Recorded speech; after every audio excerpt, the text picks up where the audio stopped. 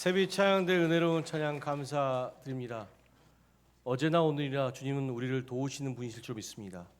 이 예배의 시간은요, 그 주님을 바라보는 시간임과 동시에 우리의 짐을 그분께 내려놓는 시간입니다. 그 세상 가운데 무거운 짐들 다 주님 앞에 내려놓고 이 예배 시간 참 평안과 위로가 되시는 주님의 말씀으로 다시 회복하는 저와 여러분 되시기를 주님의 이름으로 간절히 축원합니다. 주신 말씀 가지고요, 내가 정말 낫기 원하느냐라는 주제로 말씀 나누고자 합니다. 작년 7월 세계보건기구 WHO에 있는 사회적 연결위원회의 보고서에 따르면 전 세계 인구의 약 15.8%가 외로움과 사회적 고립을 겪고 있고, 이로 인해 매년 87만 명, 즉 매 시간당 100명이 사망하고 있다는 충격적인 조사 결과를 발표했습니다. 통계적인 수치예요. 통계적인 수치. 외로움과 고립으로 인해서 전 세계에 수많은 사람들이 죽어가고 있다는 것입니다. 이 보고서에는요, 외로움과 사회적 고립이 사망의 직간접적인 원인으로 작용하고 있다고 또한 경고하고 있습니다. 신체적으로는요, 이 외로움과 사회적 고립이 심장병, 뇌졸중, 고혈압, 당뇨와 연관성이 있다는 것으로 확인되었고, 정신적으로는 우울, 불안, 자살 및 자해 위험을 높이는 것으로 나타났다고 보고서에는 기록되어 있습니다.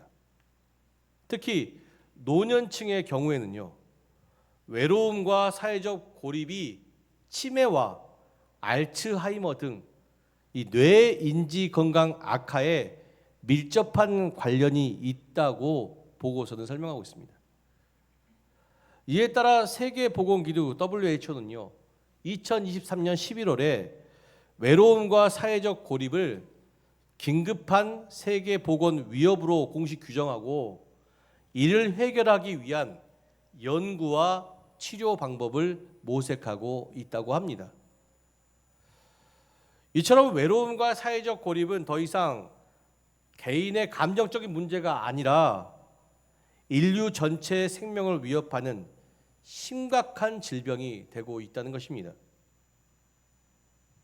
그런데 중요한 것은요, 이 외로움과 사회적 고립의 문제가 오늘날 갑자기 나타난 문제가 아니라 이전부터 있었던 문제라고 이야기한다는 것입니다. 네덜란드 출신 사제이자 영성신학자 헨리 나우에는요, 이미 1972년 그의 저서 상처 입은 치유자를 통해서 인간의 외로움과 사회적 고립의 원인이 인간이 하나님을 떠났기 때문이라고 이야기하고 있습니다. 그로 말미암아 깊은 상처를 받았고, 이로 인해 외로움과 고립을 경험하고 있다고 헨리 나우에는 이야기하고 있습니다. 우리는 세상을 살아가는 동안 크고 작은 상처를 받습니다.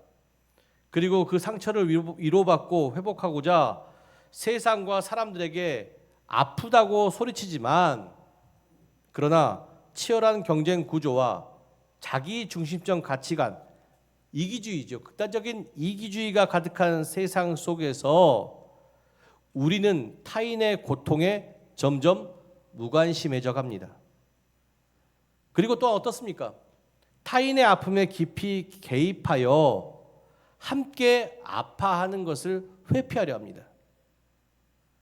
그 결과 상처받은 인간은 더욱더 철저한 외로움과 고립 속에 놓이게 된다는 것입니다.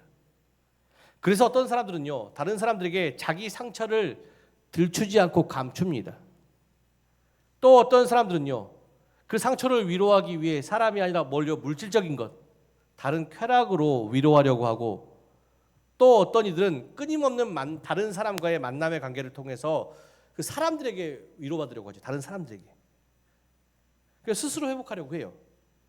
그러나 헨리 나우에는요, 이러한 시도들이 오히려 상처를 더 깊게 만들고 결국 인간을 절망과 죽음으로 내몰고 있다고 경고하고 있습니다. 상처와 고립, 그렇죠. 상처와 외로움, 그리고 사회적 고립의 문제는요, 이 세상 가운데 그리고 사람들을 통해서 해결할 수 없다라는 사실입니다. 그렇다면 어떻게 해야 이 상처와 외로움 그리고 사회적 고립의 문제를 해결할 수 있을까요?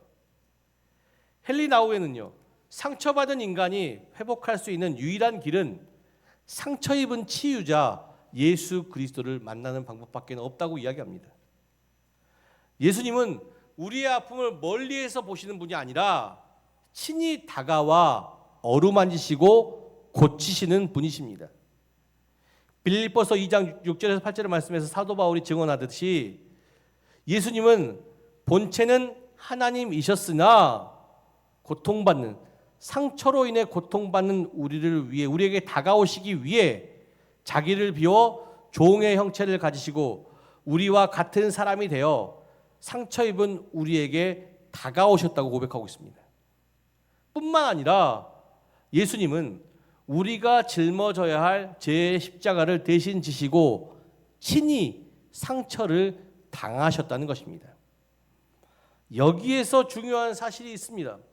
십자가에서 죽으시고 부활하신 주님이 그 십자가의 상처를 부끄러워하거나 감추거나 고통스러워하지 않으셨다는 사실입니다. 부활하신 예수님은요, 그 상처난 손과 옆구리를 제자들에게 친히 보여주셨습니다. 부활의 영광 가운데, 부활한 새로운 몸이잖아요, 그죠? 그럼 저 같으면 상처를 주겠어요. 그리고 걱정 근심 없이 정말 나 잘 살아 이렇게 하겠는데, 예수님 부활한 영광 가운데 자기 상처를 지우지 않고 제자들에게 보이셨어요. 상처난 그 모습 그대로 상처 입은 인간에게 다가오셨다는 것입니다. 예수님은 자기 상처를 부끄러움이나 숨겨야 할 것으로 여기지 않고 오히려 나도 너와 같은 아픔을 경험했고 지금 너의 아픔을 공감하고 있다는 소통의 도구로 사용하였습니다. 그리고 동시에 예수님은요, 이 상처를 통해서 어떤 상처든지 주 안에서 새롭게 회복될 수 있다는 소망의 증거를 주셨다는 것입니다. 상처 입은 자의 진정한 위로자는 상처 입은 예수 그리스도이십니다. 왜요? 그는 같은 상처를 가지고도 견디며 회복하며 복되게 살아갔던 사람이기 때문입니다. 오직 예수 그리스도만이 우리의 상처를 진정으로 공부할 뿐만이 아니라 세상이 고치지 못할 우리 마음에 있는 상처를 견디게 하시고 회복케 하시는 생명의 능력이 있는 분이라는 것입니다. 오늘 본문에도 절망과 고립에 빠진 한 사람을 찾아가 치유하신 예수님의 이야기가 기록되어져 있습니다. 본문의 배경은 예루살렘 양문 곁에 있는 베데스다 연못에서 시작됩니다. 양문은 성전 제물로 사용할 양들이 들어오던 문인데 유대 당시에 이 문을 정말 중요하게 여겼다고 합니다.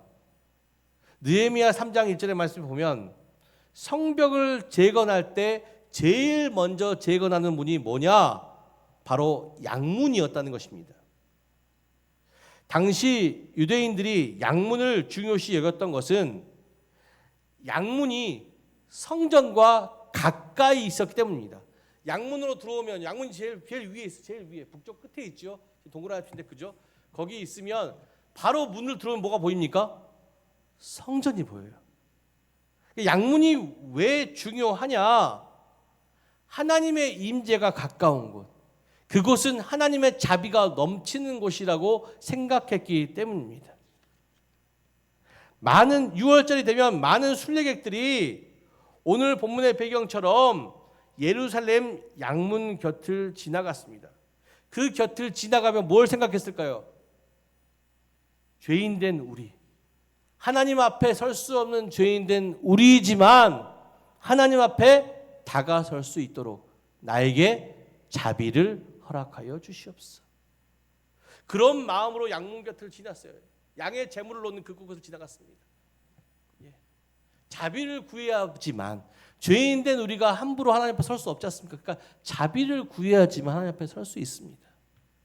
그렇게 많은 수많은 사람들이 자비를 구하며 하나님의 임재를 경험하며 하나님 앞에 다가가 하나님 안에서 참 평안과 위로를 경험하기 위해, 축복을 경험하기 위해, 구원을 경험하기 위해 그렇게 다가갔다는 것입니다.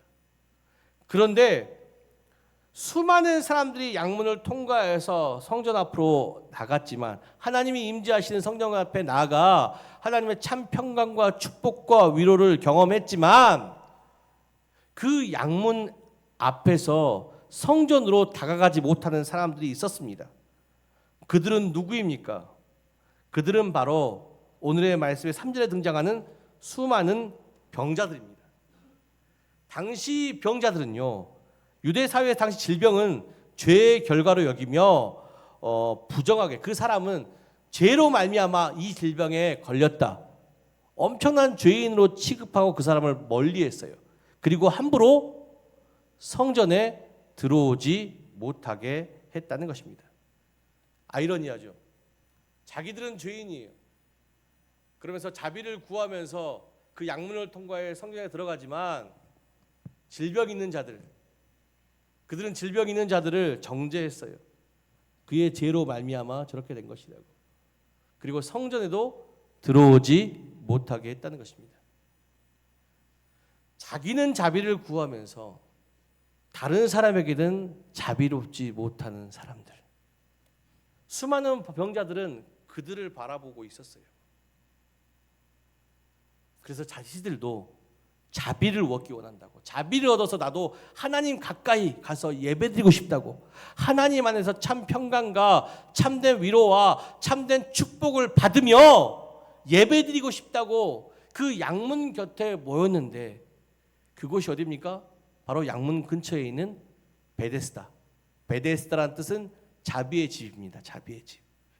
그곳에 모여 하나님의 자비를 구했습니다.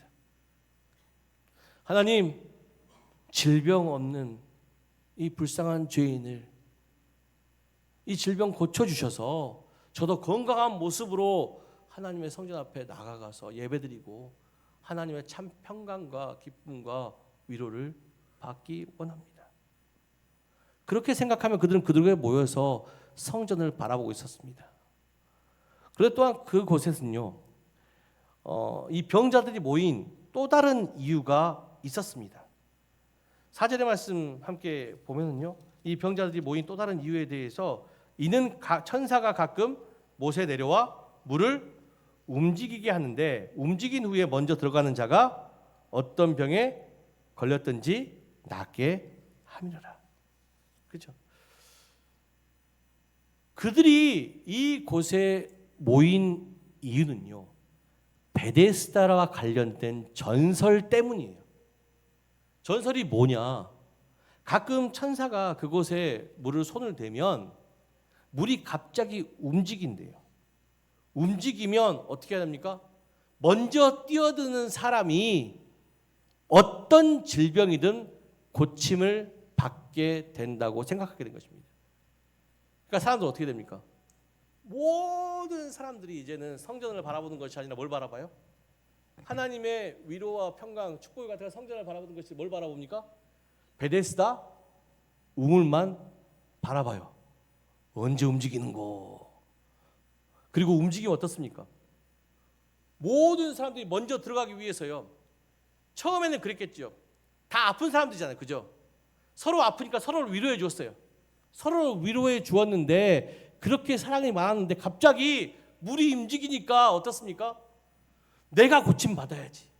그러니까 서로를 짓밟아요. 서로 누가 아픈 상관 다 짓밟아. 내가 먼저 고침 받아야 돼. 그렇게 뛰어드는 아비 규환의 현장이 바로 어디입니까? 베데스다였다라는 사실이에요. 같은 아픔을 공유하고 있는 사람도 자비롭지 못했어요. 베데스다는 이름만 자비로운 집이지 자비가 없었다라는 사실입니다. 그곳에 38년 된 환자가 있었어요. 다른 사람의 도움 없이는 회복될 수 없는 사람. 38년 동안 그는 그 아비규환 현장에서 그도 낫기를 원했겠지요. 그러나 언제 밀렸어요. 자비 없는 세상 가운데 자비를 받지 못하고 영원히 외로움과 고립 속에서 38년 동안 아파했던 그 병자. 그 병자에게 누가 다가오십니까? 예수님이 다가오십니다. 예수님이 다가오십니다.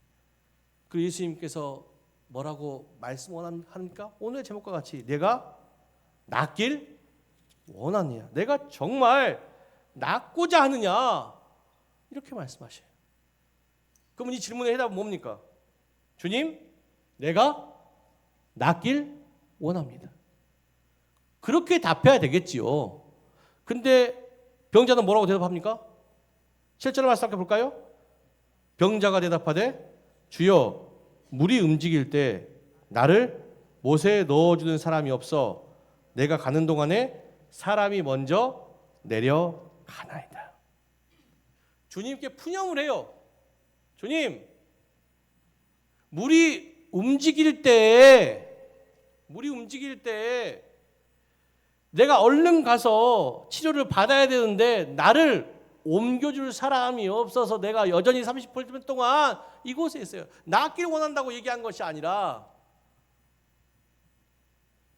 물이 움직일 때 나를 넣어줄 사람이 없다고 그렇게 얘기한 것입니다. 여러분, 여기에서 우리의 연약함을 발견할 수 있습니다. 우리는 어떻습니까? 마음에 근심 걱정이 없고 삶에 고난이 없고 마음에 상처가 없을 때 어떻습니까? 예배 자리에 나와 말씀과 기도하면서 우리는 하나님의 임재를 경험하고 그 안에서 위로와 축복, 기쁨을 경험하고 예배당 밖을 나갑니다. 그렇죠? 상처가 없을 때는. 그런데 문제는요, 세상의 고난을 감당할 수 없는 고난을 경험하고 마음의 상처를 받았을 때 예배 현장에 나오는데 아무리 말씀과 기도를 열심히 해도 하나님의 임재를 경험하지도 그 은혜와 그 위로와 그 평강을 경험하지 못해요. 너무 고통스러워요. 예배 자리가 너무 고통스러워요. 그래서 뭐라고 기도합니까? 하나님, 내 상처 좀 위로하여 주시고, 하나님, 내 상황과 환경 좀 나아지게 해주십시오. 근데 어떠합니까? 내가 오늘 이 자리에서 상황과 환경 나아지게 했다고 해서 상황과 환경이 나아집니까? 아니에요. 베데스다 연못에 물이 언제 동할지 몰라요. 그것처럼 내 삶의 환경이 언제 나을지 모른다니까요. 그런데 그 헛된 소망을 가지고 계속 기도하고 또 뭘 기도합니까? 하나님, 나 위로받게 해주십시오. 그런데 하나님 위로가 없어. 위로받지 못해. 말씀으로 위로받지 못해요. 아무리 말씀을 들어도 위로받지 못해. 그러니까 누구에게 위로를 찾아요? 다른 사람에게 위로를 찾아요. 목회자한테 오기도 하고요, 친한 전사한테 오기도 하고요. 그렇죠? 처음에는 위로 엄청 해줘요. 회복되는 것 같아요. 아, 내가 회복되는 것 같다. 근데 문제는 뭐냐? 그 사람이 나만 바라봤으면 좋겠어요. 나만 위로해주고 나에게만 관심 주고 나만 바라봐줬으면 좋겠는데 목사님이 나만 안 바라보고 다른 성도 손 잡아주고 위로하고 있으면 어떻게 돼요? 목사님한테 상처받았다고, 내 손 안 잡아줬다고. 그럴 수 있죠. 저는요, 한 사람만 섬기는 게 아니라 우리 모든 성도를 섬기고 있지 않습니까? 여러분, 이렇게 잡을 수도 이렇게 잡을 수 있는데 조금만 저기 하면 저 사람이 위로해주지 않아, 저 목사님이 위로해주지 않는다고. 또 어떤 성도도 마찬가지예요. 성도들끼리도 그렇게 있잖아요. 자기 편들이 있어요. 근데 한 번 편 안 들어주면 또 상처받았다고 막 왜 내 편 안 들어주냐고, 왜 내 맘 몰라주냐고 막 자기 상처에 대해서 얘기하죠. 오늘 38년 된 병자가 그랬지 않습니까? 다른 사람이 나를 못에 옮겨주지 못해서 내가 이렇게 지금까지도 고통받고 있다. 그렇죠? 끊임없이 다른 사람에게 위로를 구하며 다른 사람에게 자비를 구하며 그렇게 외로움과 고립 속에서, 그 상처 속에서 고통받고 있는 성도들이 있다라는 사실이에요. 왜 그들은 예수님을 바라보지 못합니까? 왜요? 왜? 내가 왜 회복에만 집중하고 있기 때문에, 베데스다 연못만 바라보고 있기 때문에 옆에 누가 왔는지를 몰라요. 나를 위해 주님은요, 내가 상처받으면 즉시 오시는 분이실 줄 믿습니다.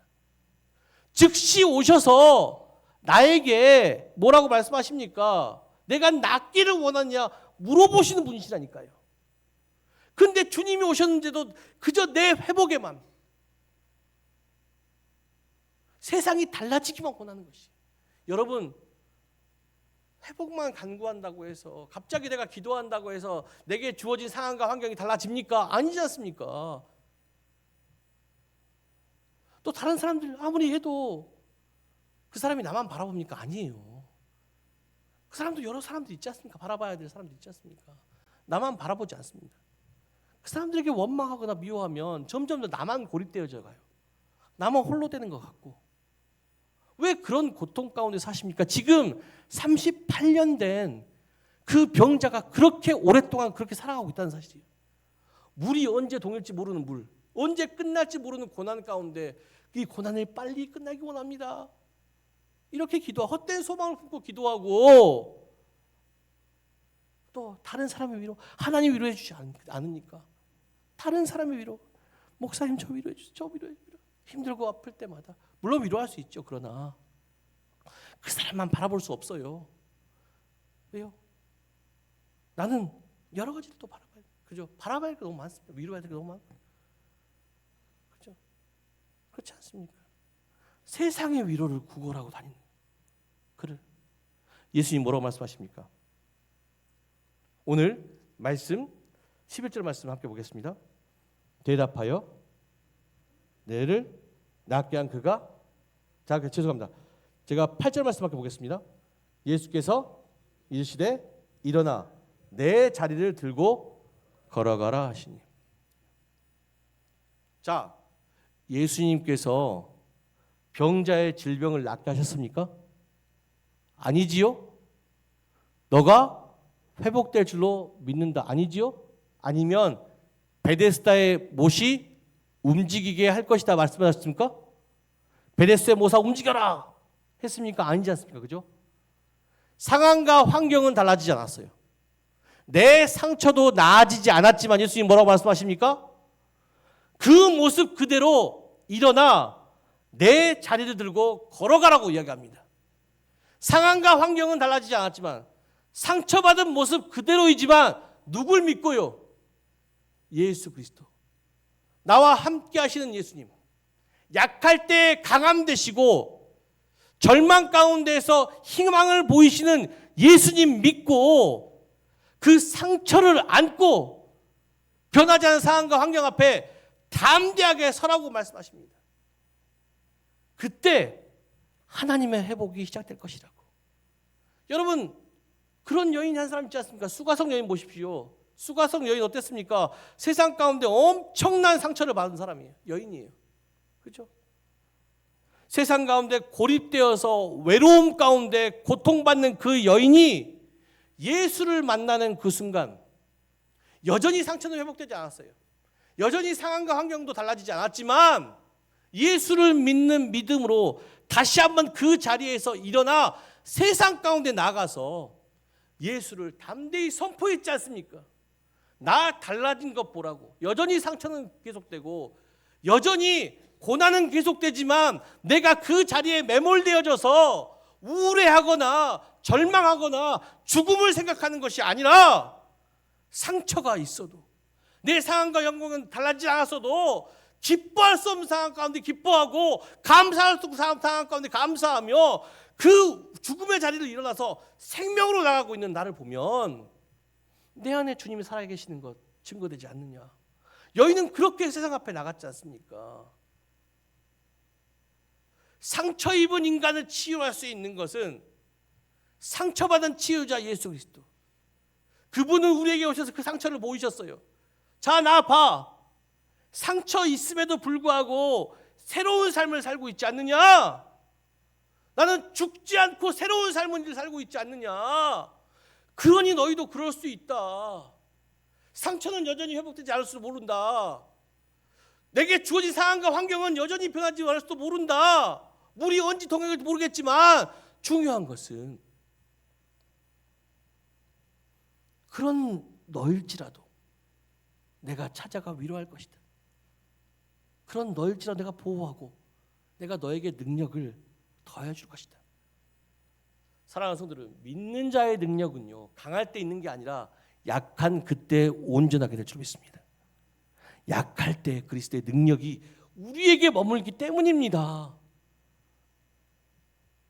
사랑하는 성도, 그러니 이제 베데스다라는 헛된 기대에 내 상처가 회복되어지고 내 상황과 환경이 나아질 것이라는 헛된 기대, 그게 될 수도 있고 안 될 수도 있어요.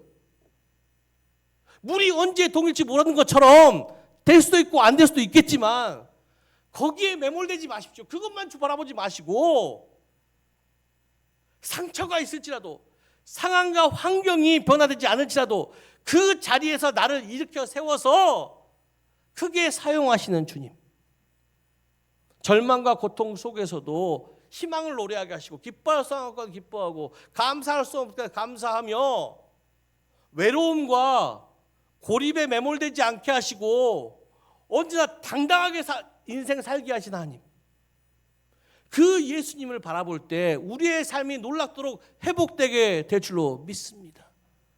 그러니 이제 베데스다 그만 보시고요, 예수를 바라보십시오. 그리고 그 자리에서 예수님 말씀하셨죠. 일어나 내 자리를 들고 걸어가라. 그 상처와 절망의 자리에서 스스로 일어나고 예수 믿고 걸어가야 될 줄 믿습니다. 예수 믿고 걸을 때 주님께서 놀라운 축복을 주지 않습니까? 그죠? 거꾸로 틀림을 당해도 망하지 않고 답답한 일을 당해도 낙심하지 않고 우겨쌈을 당해도 쌓이지 않습니다. 왜요? 우리 안에 예수의 죽음이 있음과 동시에 뭐가 있어요? 예수의 생명이 우리와 함께하기 때문에. 그 부활의 능력, 상처를 품고서도 당당하게 살아갈 수 있는 그 부활의 능력, 이것은 베데스다가 아니라 나에게 다가오시는 예수님을 바라보는 자의 특별한 능력일 줄 믿습니다. 사랑하는 성도 여러분, 더 이상 자비 없는 세상의 베데스다의 연못을 바라보며 헛된 소망을 기다려하지 마십시오. 내 상처가 먼저 다 아물기를, 누군가 나를 불쌍히 여겨 도와주기를 바라는 수동적인 신앙자리, 38년 된 병자와 같이 그 자리에서 그저 고통받는 외로움과 고립감 가운데 무너지는 신앙생활 하지 마십시오. 상처가 회복되어 일어서는 것이 아닙니다. 상황이 변해서 일어나는 것이 아닙니다. 누군가 도와주어서 걷는 것이 아닙니다. 예수를 바라본 성도는요, 주님께서 일어나 내 자리를 들고 걸으라 그랬을 때 상황과 환경은 달라지지 않고 상처는 그대로지만 예수 믿고 담대하게 일으켜 세웁니다. 그리고 그 척박한 상황과 환경을 예수를 믿는 힘으로 이기며 또한 내 상처 품으시는 주님의 위로와 평강 경험하며 담대하게 살아가요. 기뻐할 수 없는 상황 때 기뻐하고 감사할 때 감사하며 그렇게 담대하게 살아가는 것입니다. 사랑하는 성도 여러분, 저는 전국교회 전주 신광교회 모든 성도들이 이렇게 살기를 원합니다. 예수께 시선을 두고 지금 고립과 절망의 자리를 박차고 일어나 우리의 연약함 속에서도 여전히 일하시는 강하신 주님의 능력을 경험하고 또한 나를 통해 세상에 선포하는 복된 성도들 되시기를 주님의 이름으로 축원합니다. 기도하겠습니다. 사랑과 은총의 주님, 오랜 시간 변하지 않는 세상과 또한 내게 주어진 상황과 환경, 또한 나를 위로해 주지 않는 사람들을 원망하며 언제 동할지 모르는 헛된 옆몸만을 바라보았던 지난날의 영적 무지함을 용서하여 주시옵소서. 38년 된 병자처럼 상처와 고립 속에 주저앉아 있던 우리를 먼저 찾아와 주시고 치유와 생명의 말씀, 일어나 내 자리를 들고 걸어가라 말씀하신 그 주님의 말씀을 듣고 순종하며 스스로 그 자리를 박차고 일어날 수 있는 전주 신광교회 모두가 되게 하여 주시옵소서.